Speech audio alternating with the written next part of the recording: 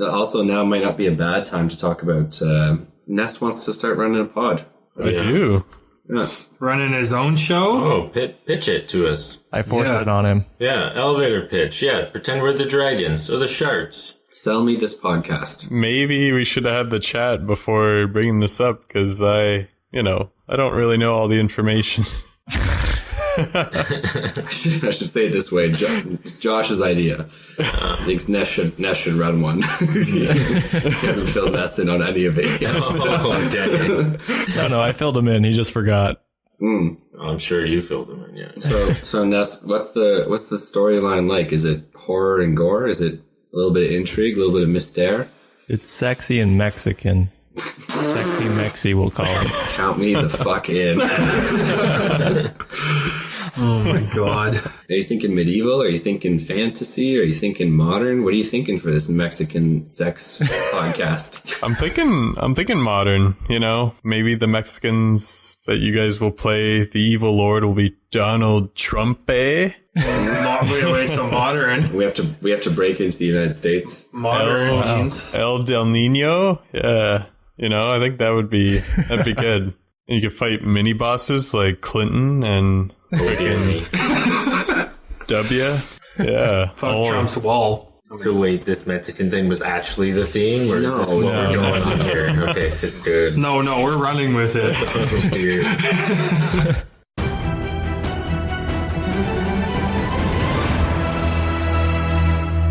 Hello, ladies and gentlemen, and welcome back to the Dicey D20. My name is Noah, Dungeon Master, and I am joined here by our players. We have Gregrock, the Metal Destroyer. Gregrock, how's it going, my friend? I'm also stone and wooden. Okay. I'm all three. Don't generalize me just to one hard surface. Yeah, Okay. Don't be racist. Stone, Metal, and Wood Destroyer, the Warforged Weapons Master. How's it going? That's right, baby. I do it all. Okay. Do you? Do you cast magic? No.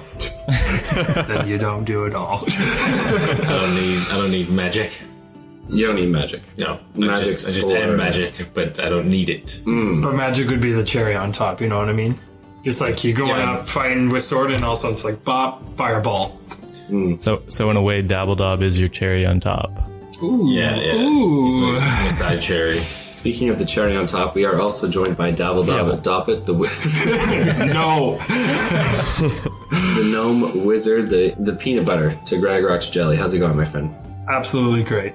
Yeah? Absolutely great. Yeah, I'm excited. I don't know. I feel like this episode is going to be a kick-ass one. I feel it. I like that excitement. That's awesome. We're also joined by Tyson McKay, the Planeswalker extraordinaire. Tyson, how is it going, my Planeswalking dude?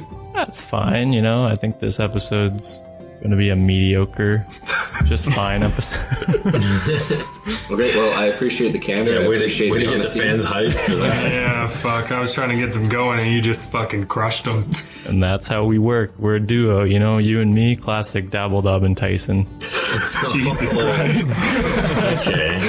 Alrighty. We are also joined by Fievel Mausentraub, the Rat Attack. Fievel, how is it going, my mousefolk friend? It is going good. I'm ready to kick this big bat's ass, and I think we should get right to it. Okay, fantastic. Well, I appreciate the sentiment. We will get right to it. Who would like to give us a recap of last episode for a toasty $1,000 of experience points? All I know is that bat ain't fucking dead and it's about to. So, there's your recap. Let's go.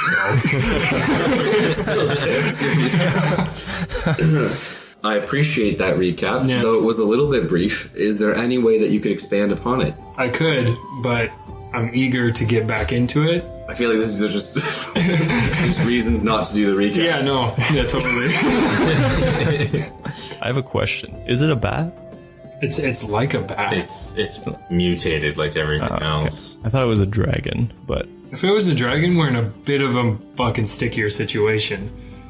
I thought we were in a sticky situation already, but No, dude, we snuck out. There's no way that we could sneak up like we did to a dragon. you're right. I never thought of it that way. Yeah. Bats are stupid. Dragons are smart. There you have it, folks. That's a recap. Okay, fantastic. All right, well, thank you very much for the recap, Dabbledob. You're absolutely not getting affected. You know what? I didn't deserve it, nor do I want it, so... Okay, fantastic. Ladies and gentlemen, if you recall correctly, our heroes had trekked to the top of Tol Grond, the rock island in the Cobalt Isles. They had gone into underground caverns, hiking their way up the stone staircases, experiencing a little bit of treachery along the way from some large winged bats that prowled on all fours, leapt from the ceilings and attacked them. However, upon climbing further and further up the stairs, the bats seemed a little bit less concerned with them as they did with the large flying insects, which were kind of mulling around the cave systems. They got to the top and found themselves in a Beyblade-like arena, as they called it, which was very large, about 200 feet across, with a large black stone swirled carvings upon the stone, and these this overhang, which is found over 180 degrees in circumference on the other side of the arena. Underneath that overhang was the large dragon bat-like creature that our players are referencing now. It is huge in its size, possibly larger, with these massive, hard rock-like wings, these insect-like legs, which, upon waking, it used to claw itself into the ground to keep from flying away in the battering winds. It has a humanoid skeletal face with these large bat-like ears, a long, thick, and heavy roping tail with spikes at the end of it, which it also used to slam down into the ground, anchoring itself upon its position. Our players had kind of trekked over to the large creature, had all attacked it simultaneously, dealing damage one after the other, which now brings us to combat. We had rolled initiatives, if I remember correctly, right, and had begun our assault. You know what? Give yourself a toasty 1,500 experience point for that, because that was great. You killed it. You killed it. What level are you, Noah? Yeah. Great question. No, I didn't. Over 9,000. Yeah, over 9,000. I appreciate that. Actually, 500 experience points to Gragrock the Destroyer for the Dragon Ball Z reference. I appreciate the fuck out of it. And now we get started with our initiatives, unless anyone has any questions, comments, or concerns. Many concerns, but none that are out of the ordinary for this situation. The monster's still asleep, right? Yeah, no, dead sleep. Yeah, well, did not awake to 240 damage. Oh, good. All right, let's hit it again. Okay, we are going to get started with the top of our initiative roll. The creature lets out a horrifying shriek and piercing scream. Okay, it is now Gragrock the Destroyer's turn. Gragrock, you were at the top of the initiative rolls with your high initiative, and then, of course, obviously your high amount of adage on top of that roll. What is it that you would like to do? Just shut up and start hitting it.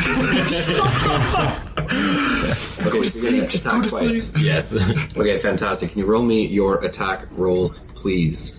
Okay, so that first one's a miss. Awesome. Oh, and that's a nat 20. There we go. We're making up for it. Woo! Okay, so with a natural 20, Slime, your magical battle axe, cleaves deeply into the creature's skull, lopping off one of its very large ears. Oh, yeah, baby. Nice. Okay. The creature will be at disadvantage for perception checks using hearing, which is what it primarily uses. Grab the ear. Can you roll me your damage, please? I sure can. Yeah, definitely. That is typically what comes after a hit here. Absolutely, yeah. Yeah, no, I'm with you. Okay, that is 15 damage. Mm-hmm. And then that'd be the end of my turn, so should we roll Slime and see if it 15 explodes? doubled. Yeah, so currently, Doubled, yeah. currently it has 2 slime points. Plus the one So 3 that I hit before, yeah. slime points. So it has to beat a 6. Okay. It's double, yeah. Fantastic. It is going to roll a d20. It's got a 12, so it does indeed beat the slime roll. And that 15 was double because of the nat 20, right? Well, did you already double it? No. Oh, you didn't. So 30 damage. Yeah, Sorry. yeah. Do feel free to double it yourself, right? I assumed that you rolled like a 7 and you doubled it, or an 8 and you doubled it. Okay, fantastic. Would you like to move at all, or are you going to stay in your position? Am I in the way of attacks from other people? We were all kind of like semicircled around it, correct, right? Yeah, so I feel like that's fine. I'll stay there. Good stuff. We are now on to Dabbledop Doppet. Dabbledop, what is it that you would like to do? So just so I have my facts straight, I rolled a nat 20, so I'm going to pull out some big guns. Okay, sounds good. This is for all you viewers out there. Okay. Prismatic spray. Prismatic spray. So Spray all over them. what that is, I'm going to roll a d8, and then depending on that, it depends what kind of damage or what it does. So one, I'm doing red, which is fire damage, and it has to roll a dex save.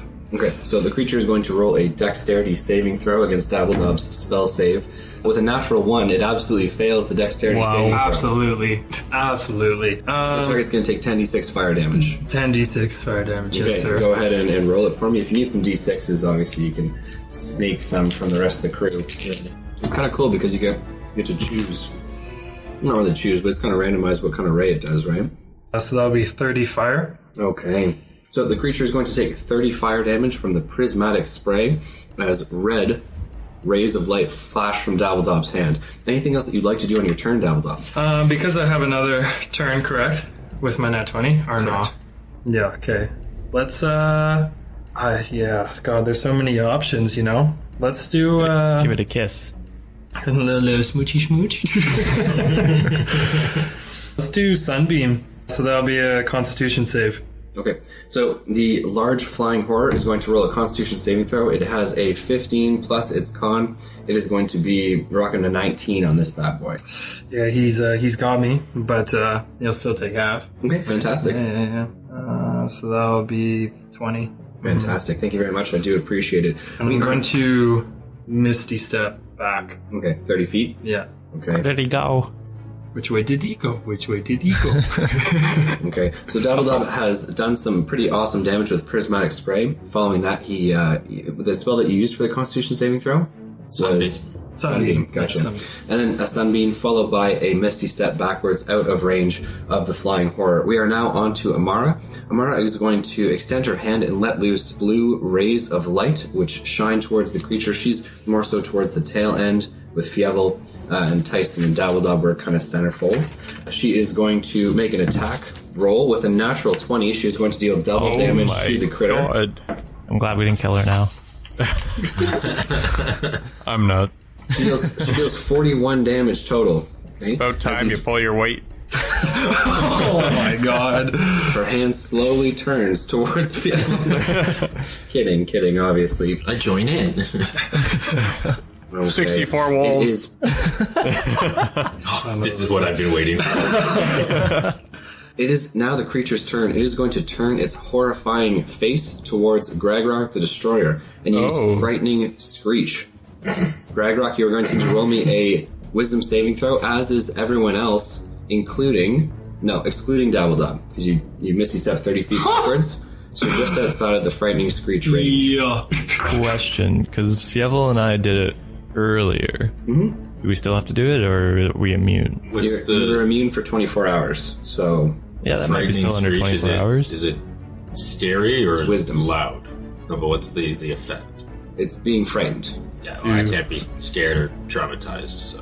Feel the need to You're vomit. immune. Yeah, so it does nothing. Okay, so you're immune to being frightened. Amara's roll exceeded the Wisdom saving throw, so the Frightening Screech has no effect on any of our travelers. Wow. So I don't want to throw Fievel under the bus, but I'm just, for my own knowledge, No, toss because he failed last time, is it still that 24-hour effect? No, throwing if the me under creature the saving bus. throw is successful or the effect ends, Oh, okay. then they're immune for the next 24 hours. Gotcha. Yeah. But that is not it for the flying horror. It is going to uncurl its tail and whip itself around lightning fast, with its tail arcing and flying with these spiked thorns at the end of this club. It's going to attempt to strike everyone except for Dabbledob, because Dabbledob's just a little bit outside of the range. Glass cannon, baby. A natural 20 for Gragrok, plus its to hit, is going to be 27 overall. Oh. Damn. It's going to be a 21 total for Tyson McKay, Yeah, that might hit. a 22 total for Fievel, and Amara is going to miraculously leap out of the way with a natural 1 from the creature's attack roll. That You know, bitch. really sucks. It would have been fine with any of those other rolls. The one roll that could have got me. So, Gragrok, you're going to take 21, 2, 3, 4, 5. You're going to take 25 bludgeoning damage, I feel nothing. as well as 25 emotional damage. 17 psychic damage. Psychic. Close. Psychic. God. Do you have psychic damage?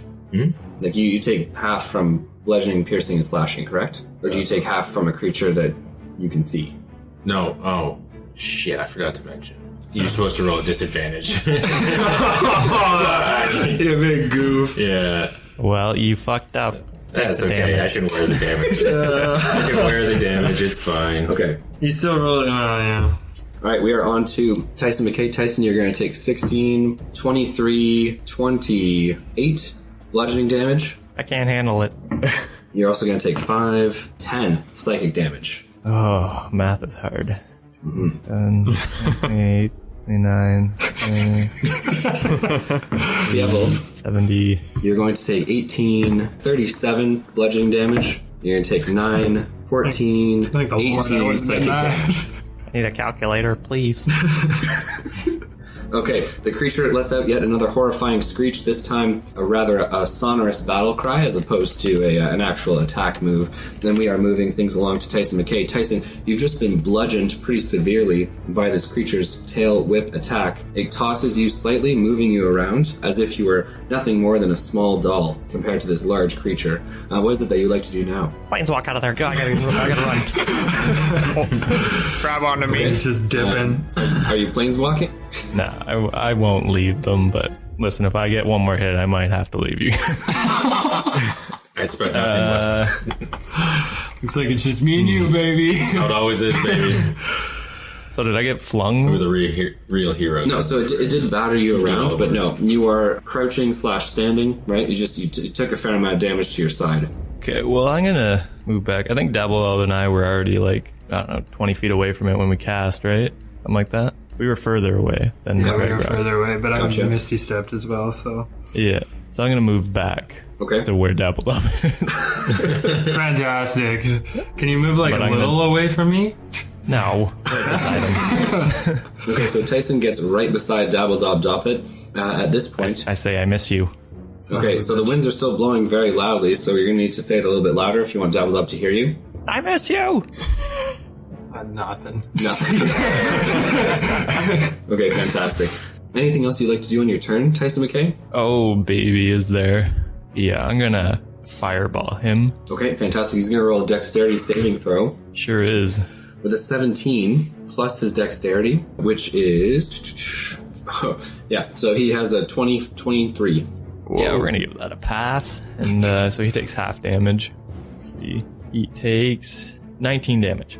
Okay, fantastic. And anything else that you'd like to do on your turn? Say something else to Dabbledob maybe, or just express a sentiment? Nah, he's not responding to my advances, so I'm gonna leave it, as most people should, you know? Okay, yeah, a little bit of dating advice from Tyson McKay. A new segment on the pod, if you will. And we are on to Fievel Mausentrov. Fievel, what is it that you'd like to do on your turn, my friend? You know, I've always been a team player, and because of this, What the fuck? I'm gonna. Yeah, I'm sorry, is no one else going to challenge? Roll deception. I don't care to answer that, you know? Wow. He can think whatever he wants. Fievel, everyone who knows me knows I'm a team player. I absolutely am selfless. I care about everyone more than myself. Sure do. I know. Everyone's just alarmed that Fievel's gonna pull another team player move, and I get it. It's tough. You know? He's killing us. I turn around. And that's season 3. No, I'm gonna cast Mass Cure Wounds on me and my friends. Wow. Mass Cure Wounds from Fievel Mausentrov. Does that mean, what kind of healing are we seeing take place here for each player? We're looking at 3d8 plus your spellcasting modifier. Alright, so Fievel, if you could roll us 3d8 and add your spellcasting modifier, everyone's going to gain some health back. Everyone takes 19 health back. Wow. Yeah. What do we say, guys? Thank you. Riav. No, I'm Fievel. You know it. Alright, Baxter. Alright, cool. Yeah, I guess I'll, no, I'm okay. I won't move back. Okay. You're just gonna keep taking.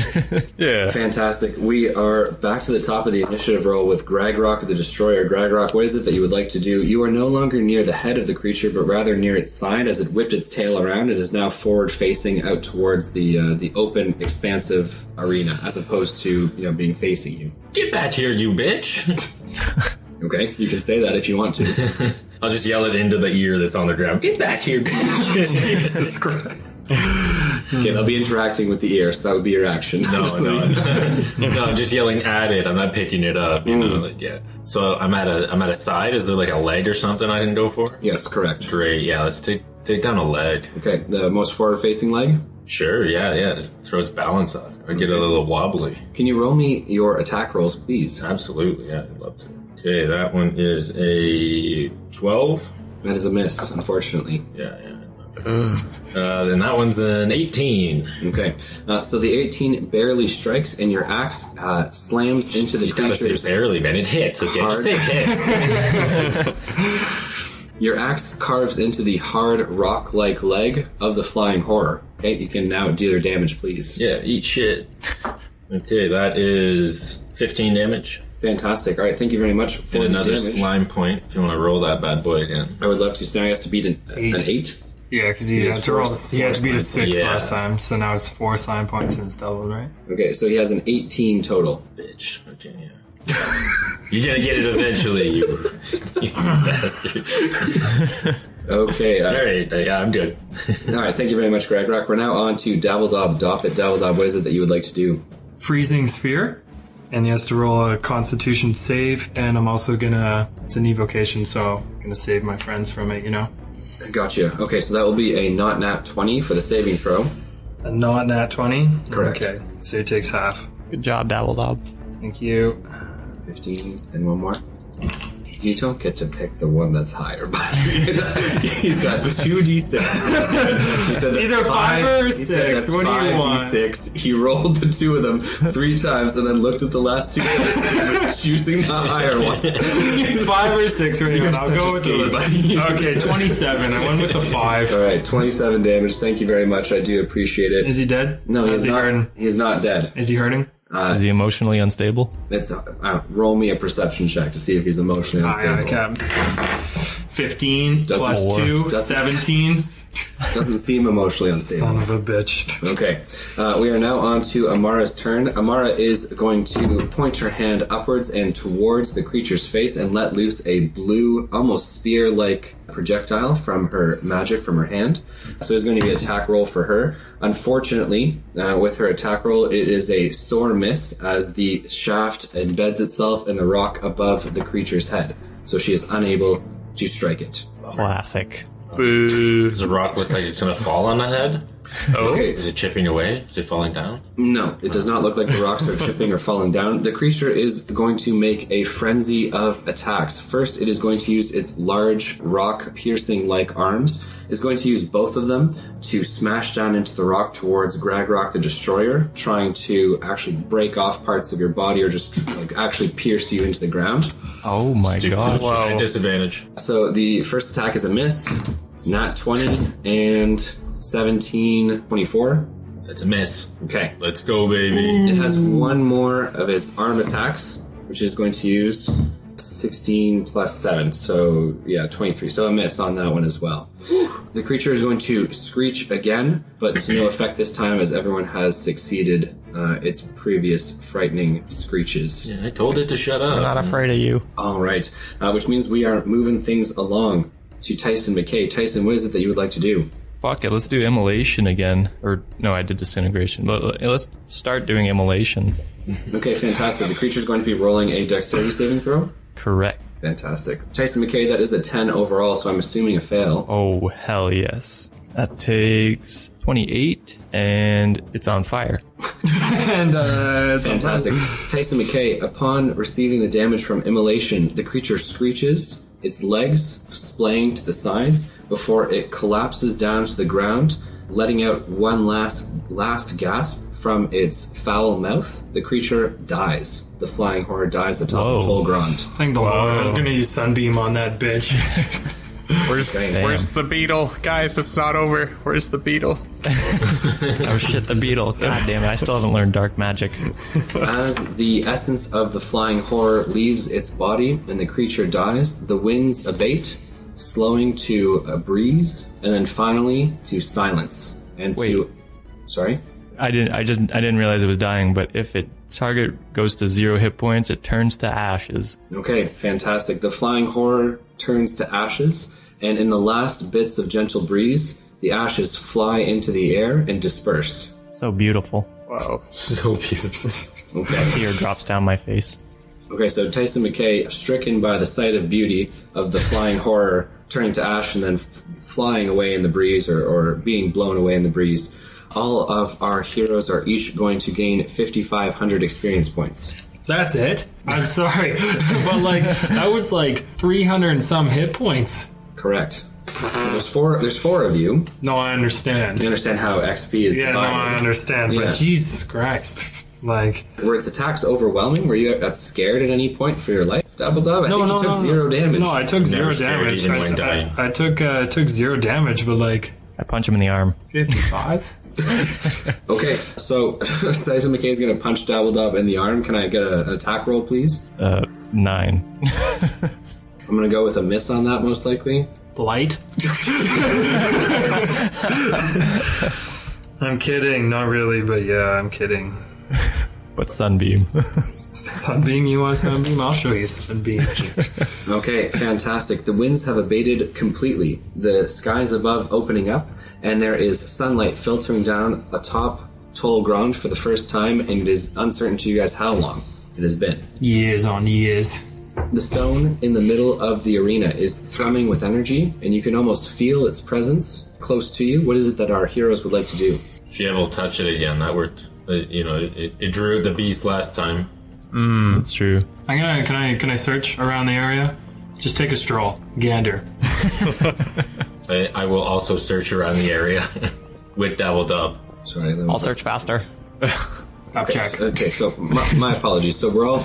Well, Fievel started to say something, and now you guys are all searching around the area? Yeah. Okay, fantastic. You guys No, going to take 20 on that? I thought he was we're gonna looking take at the 20 rock, on that. and we were Are you looking looking around. at the rock, or are you looking around? Around. Okay, fantastic. So Dawodob and Gregory are looking around. And Tyson, are you looking at the rock, or are you looking around the area as well? No, I've already got my moon piece. That's Fievel's. I'm gonna look around. Okay, fantastic. Fievel, what is it that you would like to do while your compatriots are looking for magical items? I will touch the rock once more. So, Fievel, where are you going to touch the rock? Preferably where the hand mark is, yeah. Okay, so Fievel, you approach the large black stone, placing your furry paw into the larger than your own handprint sized concave print in the stone. The stone begins to thrum with energy as it did before. This time there's no ill effect of a large flying horror noticing your presence. There's the two. The stone thrums. 64 wolves. Light emanates from the carvings upon the stone, and the stone slowly, as your hand, and as you can feel your hand pushing into the stone, begins to shrink in size, until eventually the stone, first ebbing outwards and then shrinking down, ebbing again and shrinking down, so it kind of thrums and pulsates. The stone eventually reaches the size of kind of like a softball, or just a little bit larger than that, about 8 inches in its diameter entirely. Whoa. We used to use these balls this size to play Ramuski ball back in the Ramuski tribe. What a game it was. Fievel, you can't just add Ramuski to any sentence and expect that to be a game or something that you used to partake in. You don't know my Can you culture. explain? No. You're right, I don't. Can you explain to the audience what Ramuski ball is, please? We'll Absolutely. let them So it's, decide whether or not this is something flippant.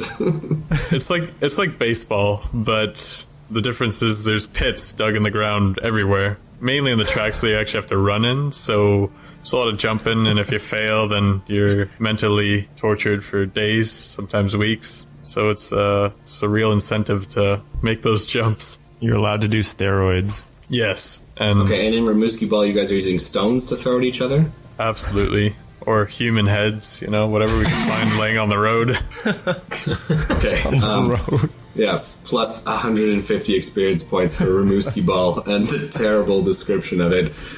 Congratulations, heroes. You have now received the second artifact upon the Kobold's Isles. You have the pieces of the Shattered Moon, as well as the piece of rock which was used to shatter it, to break it. Only one key remains to enter Tol Angband, and so with that, I leave it up to you guys. What is it that you would like to do? We didn't find anything on our search. So the area here is entirely made of stones. There's no ground to dig through with 4 furious paws. There's nothing to break open. There's no chests of any kind.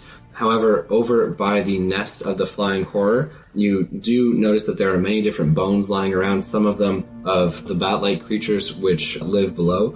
Others, however, of individuals, potentially humanoids. It's hard to tell. There are longer bones, and the long bones, like the femurs and the tibias, appear to be larger than that of like a human, like Tyson McKay. If there were any packs or any kind of actual like woven textile materials, they've long since disintegrated or weathered away. There is 2 items of particular interest. One is a small metal box. It is nearly 6 inches in diameter and appears to be locked. Okay, so by an intricate lock. There is metal filigree on the outside of it, so it looks like it has been worked. The second item appears to be a small dagger, like a carving blade. I sprint for both. Who finds these? Yeah. Yeah, who finds them? You can each roll me a d20. Nice. Let's go. 18. Fuck. Just a straight score. Just a straight score. 14. 5. Okay, so Dabbledob, you find nothing. Tyson McKay, you find the small metal box, and Gragrock the Destroyer, you find the carving knife. Cute. Nice. I really need Can it. I? Anything special about this knife, or just a carving knife? Let me touch it. I'll feel the essence. Let him touch the tip. You using Identify or using a spell to do that? No, I just want to touch it. Okay, so you touch it. And? Wow. And it appears to be just an expertly crafted carving knife. Cool. I shake my box. Like fucking Christmas. Tyson McKay, you shake the box. You do hear a clicking sound inside, as if a solid object is clicking against the lid of the box, but it does not rattle or move very much. It appears that whatever's clicking is kind of seated in place. Can I try and open it? Or you said it's locked, but can I try? Yeah, so you attempt to open the box, but it will not yield. Okay, well, Ragrock, use your weapon. no key around I can see. You do not find a key, no. Where was the closest body I found it to? So piles of bones at this point, Tyson McKay, not real bodies per se, some scraps of and fragments of clothing, but you can rummage around there and try and find a key if you so choose. No, I just want to see the closest dead thing. Yeah, the bones are really scattered here, my friend. It's not like it's very tangible as to which individual it belonged to. It just looks like a lot of, at one point, living creatures. Their bones now kind of amalgamated into piles. How old are these bones? Can I perception check that? Yeah, sure. Upon touching some of the bones, looking at them, some crumble in your hand. Others appear relatively recent, but they all have gnaw marks of the horror's teeth in them. Wild question here. Would I be able to resurrect any? Of the bodies? Yeah. Can you describe resurrection for our listeners? And from there, I think we'll let the team and myself determine whether or not that's reasonable. Okay, so you touch a dead creature that has been dead for no more than a century, that didn't die of old age, and isn't undead. If its soul is free and willing, the target returns to life with all its hit points. And the spell neutralizes any poisons and cures normal diseases affecting the creature when it died.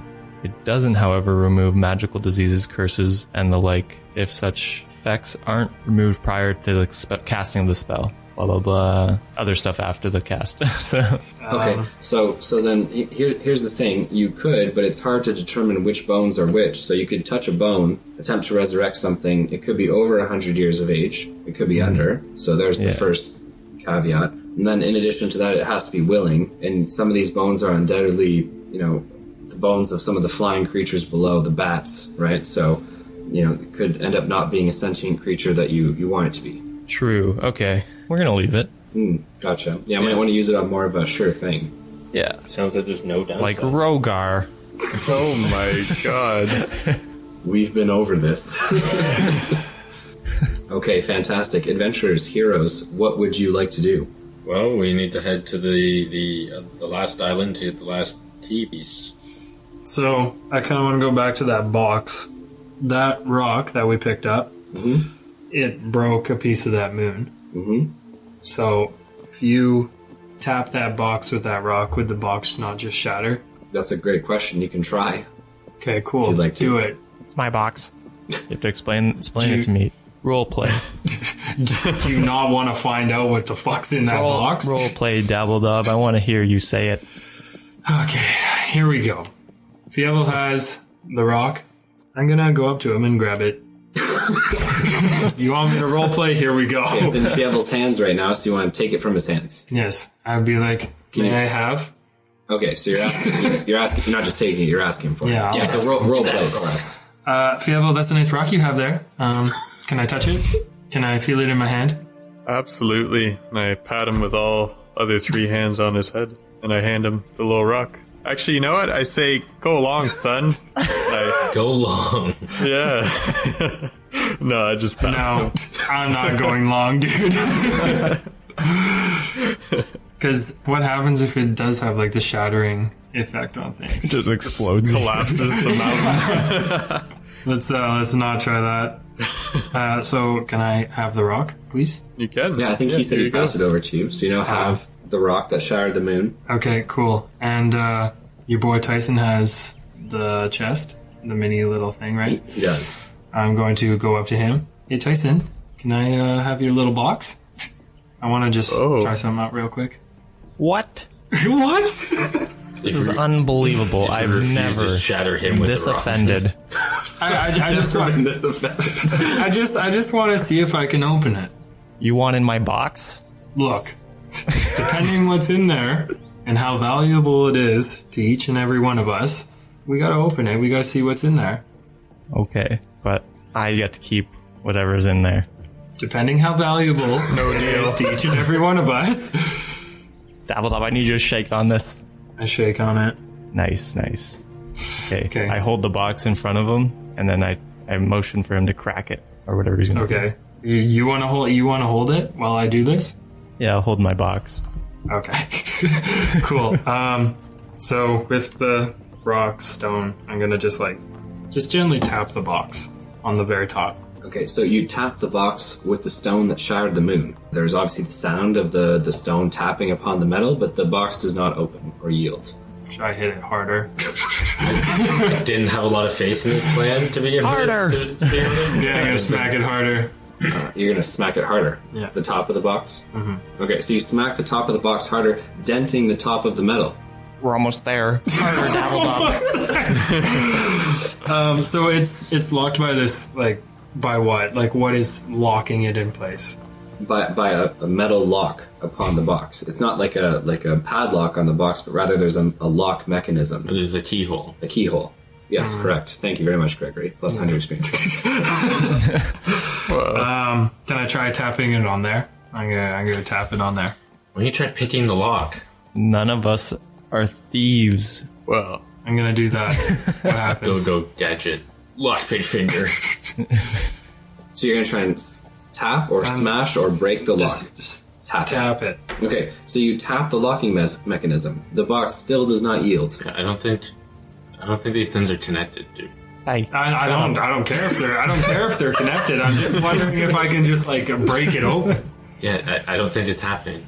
Well, Find another way. what if I rub it? Say, oh dear genie, come out. I was gonna say, this isn't a fucking genie lamp, you doofus. Okay, so Tyson McKay begins to rub the box and say, "Come out, genie," but no genie opens or arises from the box. Okay, guys, I've determined that it's not a genie. Congratulations, so you've got as far as I've gotten. I'm gonna go to Amara and say, "You want to start heading down this mountain?" You know what, Greg Rock? Chill for a second. We just killed a monster. And I want to kill another. Yeah, but I need to nap. alright, quick nap on top of the mountain. Where was the next place? Just FYI. It's the next island over. It's just a hop and a skip. What's it called? The third island, the last one. The one we haven't been to. Come on, Elvish boy. Is he an elf? Don't no, you he's not. dare speak to me like that. No, but he was able to read it. What? There was a bit. It was Rogar's bit. Don't talk to him like that. No, he said it when he had that assistant. The assistant was like, "Do you even know what kind of beast we're fighting? Are you even experienced this? Don't talk to me like that." What was his name? Yeah, because he said his name is don't talk. Yeah, it was his initiate. So we need to go to the Tear Island. Okay, cool. The Teardrop Island. What's it called? The Teardrop Island. Gotcha. Don't know the Elvish.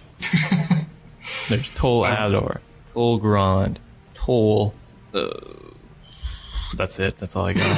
That's all I got. Okay. Well, at least I know where we're going. True. So, fuck the Elvish. We just need to know where we're going. What the hell has the Elvish got to do with this? Your boy, the DM, wants to know the Elvish slang. I was just wondering if you knew it. If you don't know it, it's fine. All I know is that we need to go the island of the Teardrop. Teardrop Island. Gotcha. Okay, so you guys are heading to the Teardrop Island. Is there anything that you would like to do currently? Are we going to take a quick nap in maybe the hidden part of the cave? Or Yeah. That's up to you. I just don't want to go to the next one and get in a fight. Glass cannon, baby. I gotta keep the cannon up, not just the glass. Alright, well, last time Fievel and I ran away. So you're gonna run away again? So get those wolves out, Fievel. We gotta go. Okay, fantastic. So our team, I think, is... Sorry, go ahead. Before we nap, so you said the winds died down and everything, and the sun was shining. Can I just go look outside, see the view? Yeah, so I mean, there's large, tall stone walls around this crater atop Tol Grand. Mm-hmm. So you could try and scale those walls. Or I could fly up too, because the wind isn't bad anymore. Or you could fly up using fly. It's up to you. And we're going to the itty-bitty top. Okay, fantastic. So we're going to start with Dabbledob and Gregory. You're going to cast fly on Gregory. Yeah, and I'm going to get on him. Okay, fantastic. And you're flying to the top of Tol Grand. Yeah, we're just gonna go up and take a look at the islands. You fly out of the crater atop Tol Grand, and you are now at the very tippy top, the peak of the mountain. The clouds above Tol Grand Island have dissipated, and the sunlight is shining upon your metal, stone, and wood body, as well as Dabbledob's gnome face. At the top here, there is a gentle breeze, and sometimes more blustering winds, which intermittently blow from either side. But yes, you can see all of the islands, aside from the supposed Iron Prison Island, which is currently you do not see in the middle of the islands where it was suggested to be upon the maps. That's just what, water? Correct. Little Atlantis action, underwater type of shit. Ooh, that's scary. Yeah, this is like fucking Titanic scene. I like it. Yeah. I can just imagine the view. It's quite beautiful. It is quite beautiful, yes. But nothing like on the itty bitty top. We can see the other island that we need to go to? Yes, correct. You can see Tol Nirnaeth, or the Island of Sorrows, or Lamentation. Yeah. Or Lamination, as your boy Dabbledob. Yeah. Yeah. Math is hard for you guys, words are hard for me. Which direction is it? Do what? So it is in an easterly direction from Tol Grand. Due east. Due east. While they're up there, can I turn to Fievel and say, hey, maybe now that the winds have died down, Chomper can come join? That little ferret? No, he's a drake. Yeah, what a splendid idea, Tyson, and I pat him on the head. Yeah, I'm gonna start doing that. I'm gonna start patting everyone on the head. Alright, call Chomper up. Okay, I'm so glad I found a carving knife. Yeah, I know, right? So Fievel, your telepathy with Chomper, you engage it, and you are able to first of all feel what he feels, know what he thinks, and vice versa. He is currently flying over top of Tol Adar, the Father Island, above the jungles and the trees. He's currently slaughtering a village. Oh, you're back? Oh, sorry. Can't believe you caught me doing this. I promised I wouldn't slaughter anymore. No villages to slaughter upon the Cobalt Isles, but nonetheless, Fievel, when you engage your telepathic link with Chomper, you're now able to speak with him as you would any of your companions who are right alongside you. Whoa. Awesome. He can't talk in my head. Right, but as if he were just speaking verbally to you guys. Nope, not the same. Okay, it's not the same, but it's similar in the ease in which he can do it. No, absolutely not. I do not accept. Okay. Gragrock doesn't accept it, but nonetheless it is what's happening. I kill Gragrock.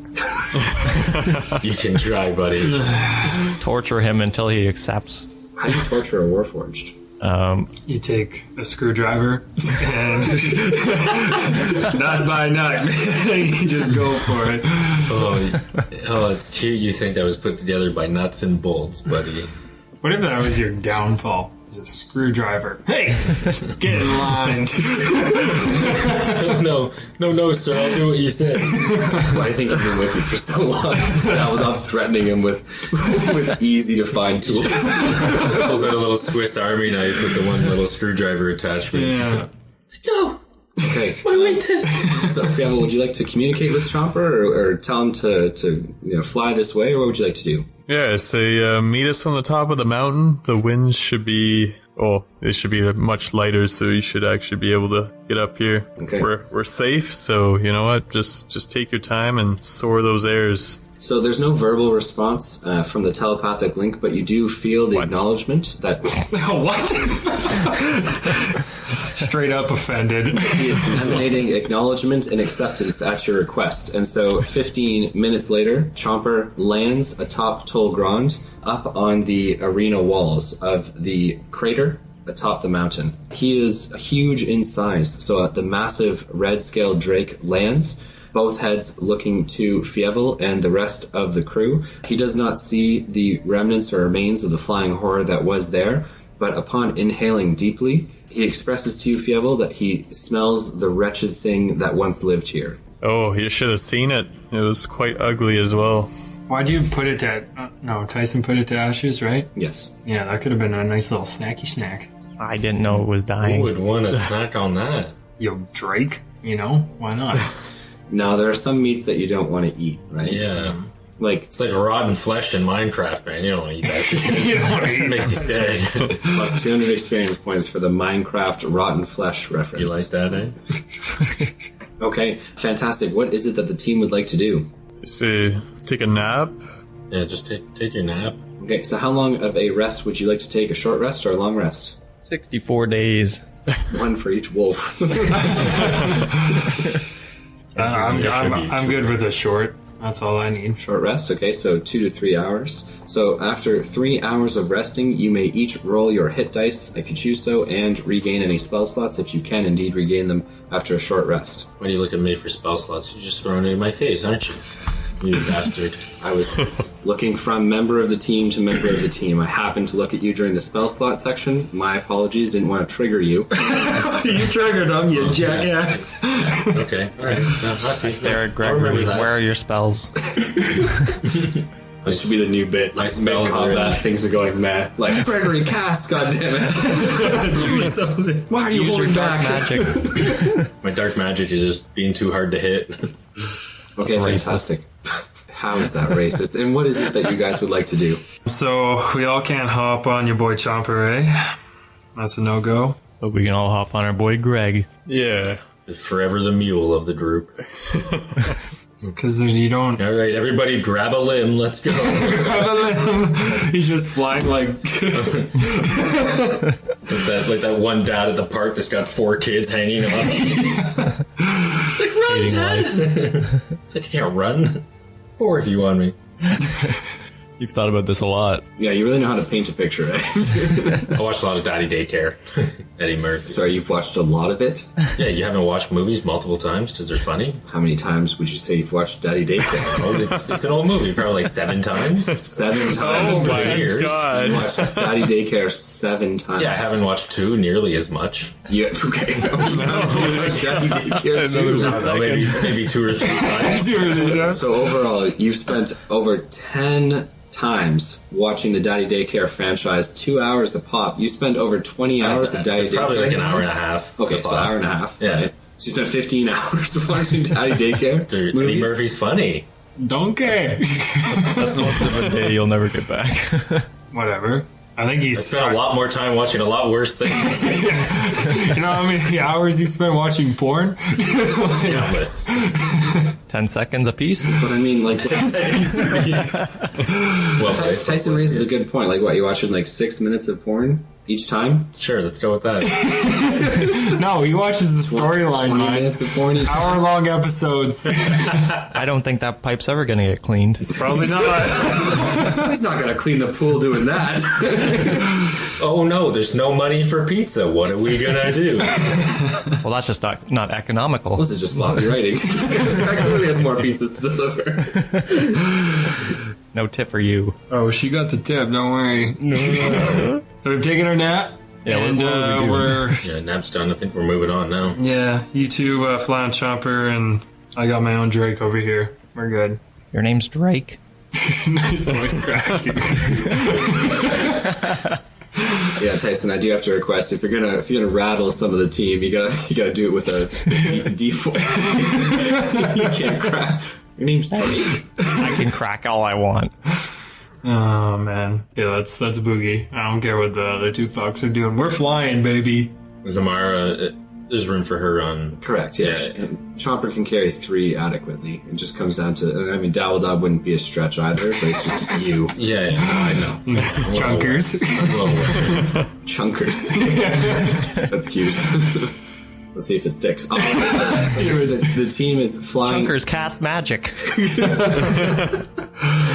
All right, so the team is flying off of the top of Tol Grand and eastward towards Tol Neath, or the island of lamentation or tears. Anything that you would like to do upon soaring in the sky, or we're just going to head towards the island? Barrel rolls, maybe? I don't know. Sing a melody. Enjoy the view. Enjoying the view. Take it all in. Barrel rolling, and Tyson McKay said you're singing a melody. What kind of song are we singing? Nobody knows the trouble. Nice. West Virginia. Yeah, a bunch of little ditties there. Okay, fantastic. So All Tyson of the McKay above. is singing in the breeze. Fievel, you are sitting atop Chomper, and you're at the front of the group here. Anything that you would like to do on your flight, or you just kind of resting and relaxing? I mean, it's like weird weather patterns and death clouded shit. Like, let's just take a gander in the distance and see what's coming up, I guess. Okay, fantastic. Can you roll me a perception check for Tol Neath? Let's go with a 9. Okay, so Fievel Mazentrov, Tol Neath in distance does not appear to be covered by dark clouds or intense weather patterns, but rather it appears that the quelling of the monster atop Tol Grand has made things relatively calmer above the sea when it comes to the Cobalt Isles. Tol Neath is smaller than the other islands, nearly a quarter of the size of Tol Adar, less than half the size of Tol Grand, and just a tad bit smaller than the Crescent Isle. It is the smallest of the 4 larger islands, and the island does not have any growth or any kind of forestry or really any mountains atop it. It sits very low to the sea level. It appears to be made almost entirely of stone, and there appears to be nothing atop the island of any significance or interest. But that's what you can see from your distance, and you're quite far away, both up in the air and away from the mountain. Or the island, rather. It's covered in a thin plastic coating like Grandma's couch. The island of lamination. I don't know how you're going to tie that in, but plus 100 experience points. I almost took away experience points. Yeah, I feel like it'd be a lot harder to gain experience points than Tyson McKay's game. I have that power. Minus 100. I have the power. To be almost entirely Beyblade references for that kid did go dole at XP. Okay, what is it that the team would like to do? I want to find a nice little resting spot. Plummet to the earth. Okay, so Gragrock, you begin your descent towards Tol Neath, and Fievel, Chomper, are you guys going to follow their descent? Yeah, we'll stay as a group. Fantastic, okay. What kind of That's a height first. above the island would you like to keep? None. I'm landing. Okay. Oh, So you land upon the edge of Tol Neath. The island does have sections of shoreline. Other sections of it are just bluffs, rock that is overhanging above the ocean, which sprays up onto the sides of this smaller rock island. The island of Tears, or Lamentation, atop the actual island itself has barnacles and other types of invertebrate organisms which have clung to the rock surface. And it appears that with tides, the section that you're standing on might actually be submerged at certain parts of the day. You're not actually certain. Does any of it look like a point of interest, like the crater or the Atop the windy island, mountain? as you flew closer, there does not appear to be a point of interest on top of the island, so nothing atop it like a crater or a well or anything along those lines. Time to start erupting Earth. Where is it? So we landed. Yes. And where are the other two? 3? Well, Fievel, would you and Chomper like to land, or would you like to stay above the island or circle it? What is it that you would like to do? let's do a big circle and then we'll meet back to where they landed. Okay. Yes. Before you go and you won't know this, so you can do what you want, but I would like to speak with you before you do a little... Speak with me or speak with Fievel? Like Fievel? You can yell it out into the air that you'd like to speak with Fievel. Well, you can try. Yeah, I don't like trying, just... Plus 100 experience points for I don't like trying. Yeah, I mean, you want to speak with the guy, maybe signal him? I'll give him a little wave and see if he sees it. Wave a little wave, like... Little biscuit in the air. Here, boy. No, I'm not waving like hello, I'm waving like come down. Yeah, I'm waving like hello, though. Yeah, well, I'm waving like come down, so... Okay, Fievel, Chomper, his ominous, like loud male voice thunders in your head as he says, "The small one wishes to speak with us." Oh, God, small people. Am I right? I will crush you. Alright, I say we'll go see what he wants. Let's land real quick.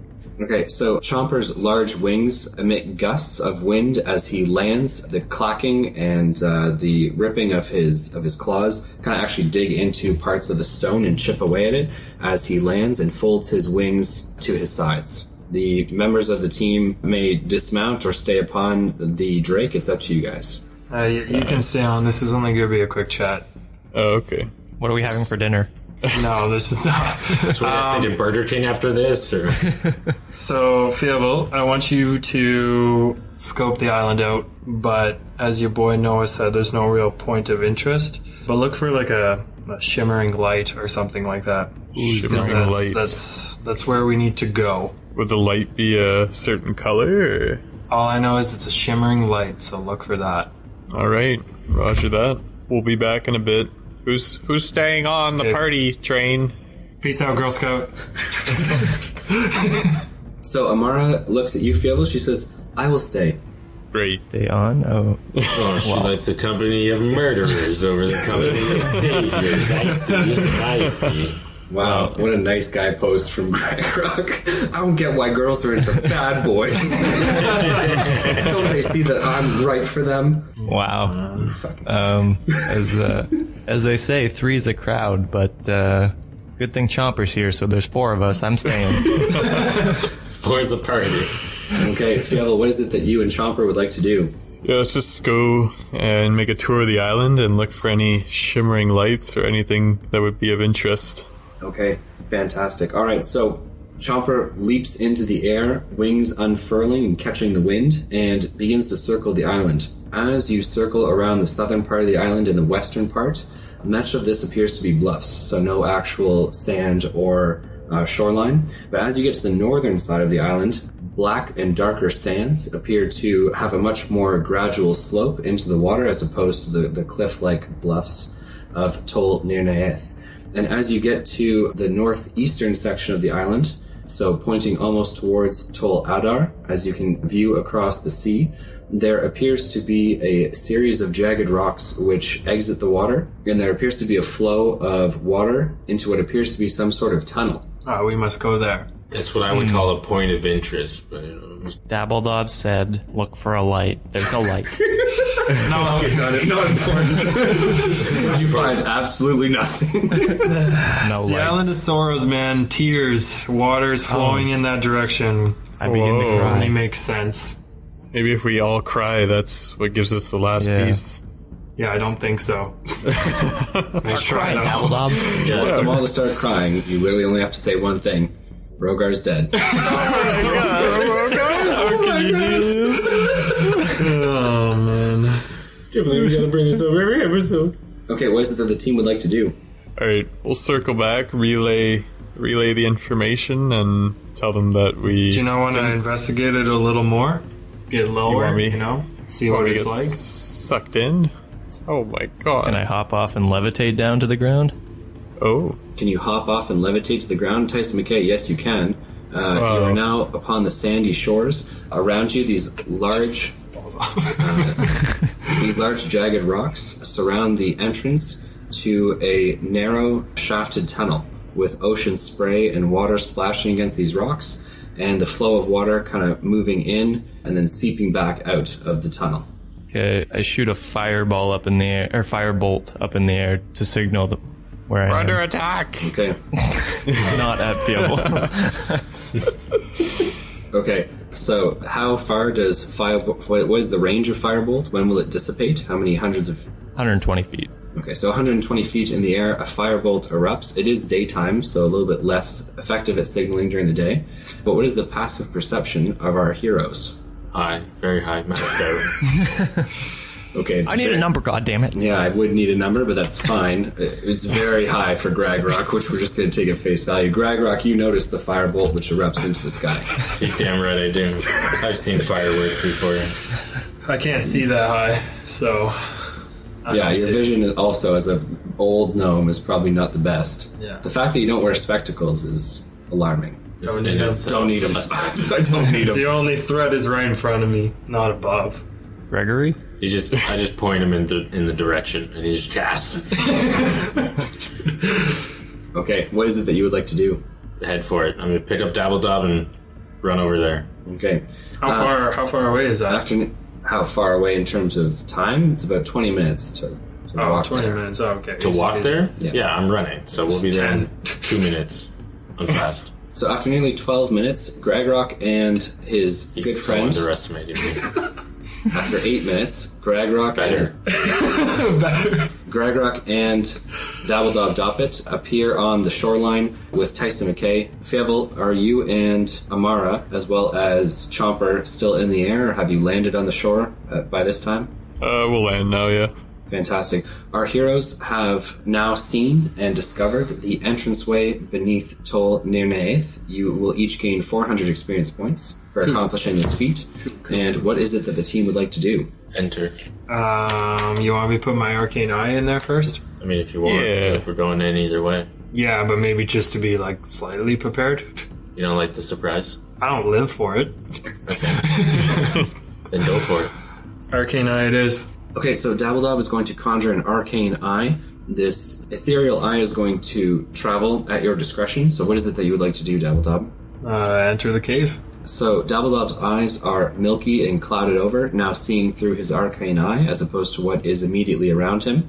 The eye travels forward and towards the cave entrance. It appears that this cave is no more than 15 feet wide at the mouth of the cave and gets narrower to a width of about 10 or 12 feet. It is quite dark almost immediately as you lose all sunlight. However, within about 40 feet of entering the cavern, small bits of bioluminescent organisms or growth appear on the walls of the cavern in these light blue and duller pink or vibrant pink shades. So it's not like it's like bright, vibrant pink, but rather just like a more dull pink that is still lit up. Like sour worms that lost all their sour.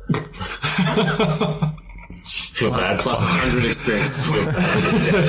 Sure. Okay. Oh, man. The deeper you go, you notice that there's also tealish or greenish bioluminescence as well.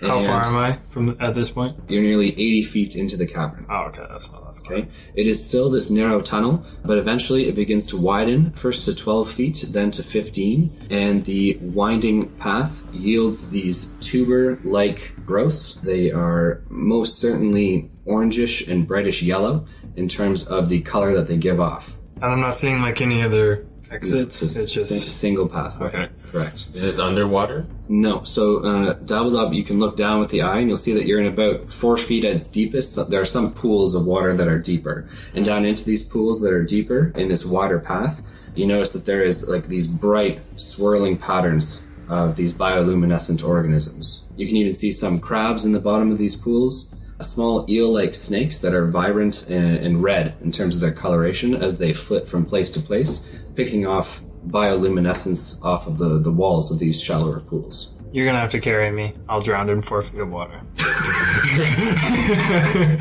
There is parts that are shallower, like a foot of water. It's just these pools are intermittent.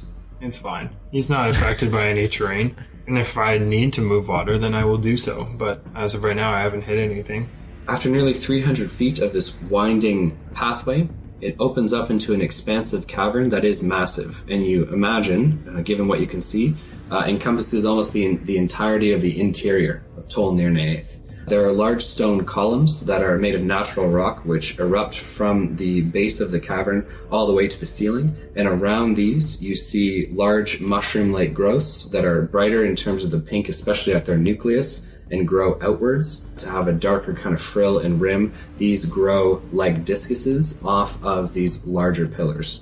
In addition to that, there are stalks of those yellow and vibrant orange tubers, as well as smaller green and blue vibrant mushrooms underneath their caps, which emits most of the light. There are small flying insects that are quite vibrant in their colors as well, mostly blues and yellows. And upon sending your eye in further, there are again these streams of rivers and pools which kind of flow in different directions. Some spots of land, or rock rather, with these growths emerging from the water at certain points. And it's flowing in, correct? It flows in and then it gently flows back out like a swell. Oh, okay. Yeah.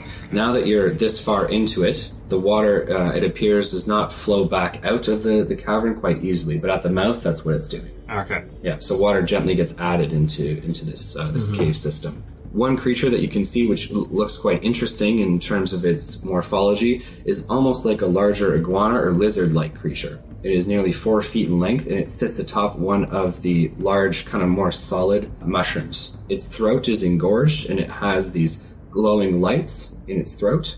You can see small insects and moths flying around it, and eventually it snaps out and grabs one of the moths, which are attracted to the light of its throat, and then you can see the small moth light moving around inside of its throat, gathering more moths to it. Jagras. I like that. Plus 700 experience points for Jagras. Yes. You could have Jagras doesn't even have the light. Yeah. doesn't have the light. It's still it's a Monster Hunter reference. That wasn't cool. You're not cool. Not 700 worthy, man. If Jagras actually had the light, then yeah, 700. 250 max. Okay, so Dabbledub's upset about Fievel getting some experience points for this. I'm still ahead of you, but yeah. You move past these large columns to what appears to be the epicenter of all of this bioluminescent growth and natural life in Tol Nirnaeth. And there's quite a wide pool, nearly 50 feet across, these pillars growing around it. This pool is vibrant light cerulean blue in terms of the glow that it gives off. And in front of you, the only unnatural bit in all of this is steps down into the water. And I'm not seeing like shimmering light. There's shimmering light everywhere. Oh my god. Where did the shimmering light start? Where did the bioluminescent light start? Like almost 40 feet into the cave system. No, but I mean like, okay, so the bioluminescent light, that's fine, but like, I mean like... You haven't noticed any shimmering magical light? Like different light besides... No, there's an overwhelming amount of light. Purples, blues, greens, oranges, yellows, whites. There's light everywhere. Okay. Yeah, just keep touring. Okay, so around this vibrant cerulean pool, you find the same sorts of creatures that you found elsewhere. There appears to be other types of lizards in the cave as well. These ones smaller than the iguana that you found previously, and they fly from pillar to pillar, expanding their wings and kind of floating from section to section. There are no birds that you see inside this cave system, but rather many different vibrant insects, beetles, with various hues of light on their shells. What are you laughing about? The kid's trying to turn me on, God. Okay, can we focus? Flirting with each other. We are focused on God, we're just trying to keep our relationship young. You just want to kill something. After 300 years, you gotta flick. You gotta spice it up, okay? What are you guys doing tonight? We're keeping our relationship young. We're gonna play some footsie under the D&D table. Can you please? Please. Fantastic. So no, aside from the deepest of the pools, that one at nearly the epicenter of Tol Nirnaeth, you just find this vibrant underwater or subterranean ecosystem. Alright, can I go to that deepest one and like look down it? Mm-hmm. Yeah, so you look down it, and it appears to go down hundreds of feet. You're not sure. Cool. Can the arcane eye go in water or no? Yeah, it can go in water. Let's go. Okay, fantastic. All around the descent down, you see these orbs of light. They are hung from pads which are at the top of the cerulean pool. These glowing balls of light where schools of small fish, none of them more than half an inch to an inch in their length, but swimming in these large schools. They're vibrant silvers with streaks of yellow surround these balls of light, and they pick at small algae and growth and organisms on the blue balls. The blue balls. Got you. Some of the balls glow blue, some of them glow with slightly different colors. As you continue to descend, you see similar creatures to what Fievel actually discovered outside on your very first steps at the Cobalt Isles. These larger eel-like creatures with larger jaws swimming at a depth of about 100 feet. Sometimes they swim upwards and try and grab at the large schools of fish, but then they return back down to their depths after they were either successful or unsuccessful in their catches. Heading down further and further, there is still light, though there is less of it. Still these orbs which hang at various sections until eventually you reach the bottom of the cerulean pool. Here there is a black piece of stone, a podium of sorts, with a bowl that has 3 bright, shimmering, diamond-like crystals within it. There is one large orb which hangs over top of this black basin, and aside from that, there are corals which litter the ground, and it seems as though this expands horizontally in many different directions, with large tunnels heading different directions out to sea. And this is all underwater. Correct. And the light is pretty much gone? No, there are still large orbs of light, just more spaces of darkness here, okay. right? There's less vibrant bioluminescent light. There's more of these large orbs. One, in fact, which hangs almost literally right above, about 10 feet above, and sways in underwater currents, which seem to come from these large caverns which head in different directions, presumably out to sea. And at the top of this hole that we're in, there wasn't any like other entrances or exits No. like I'm seeing down here? Correct. Okay. Alright, let's go kill Nessie. How many exits is there where I am right now? You can see 3 large ones. One heading in a northern direction, the other 2, one is southeast and the other one is southwest, but more westerly. Okay, let's go north.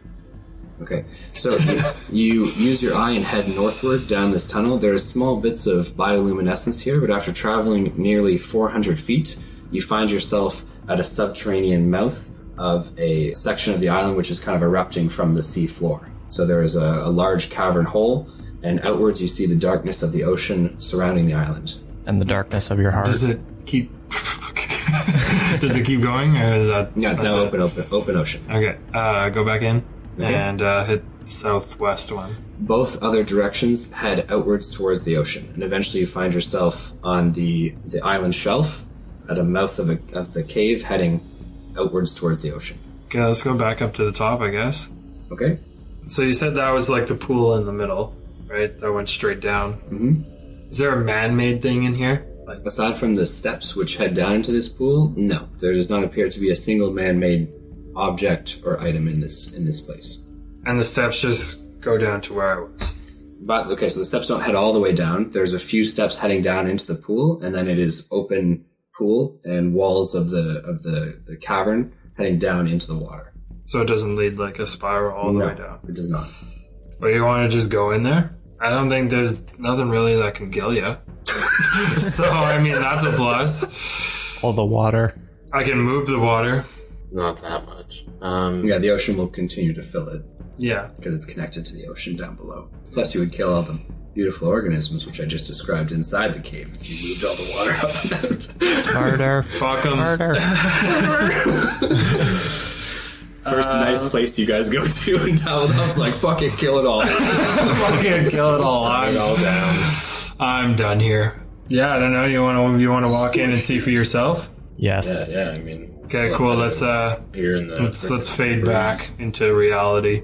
Okay, so Dabbledub's eyes cease to be clouded over as he withdraws the magic for the arcane eye. Dabbledub, I'm going to hand you 1,500 experience points for investigating Tol Nirnaeth to its extent.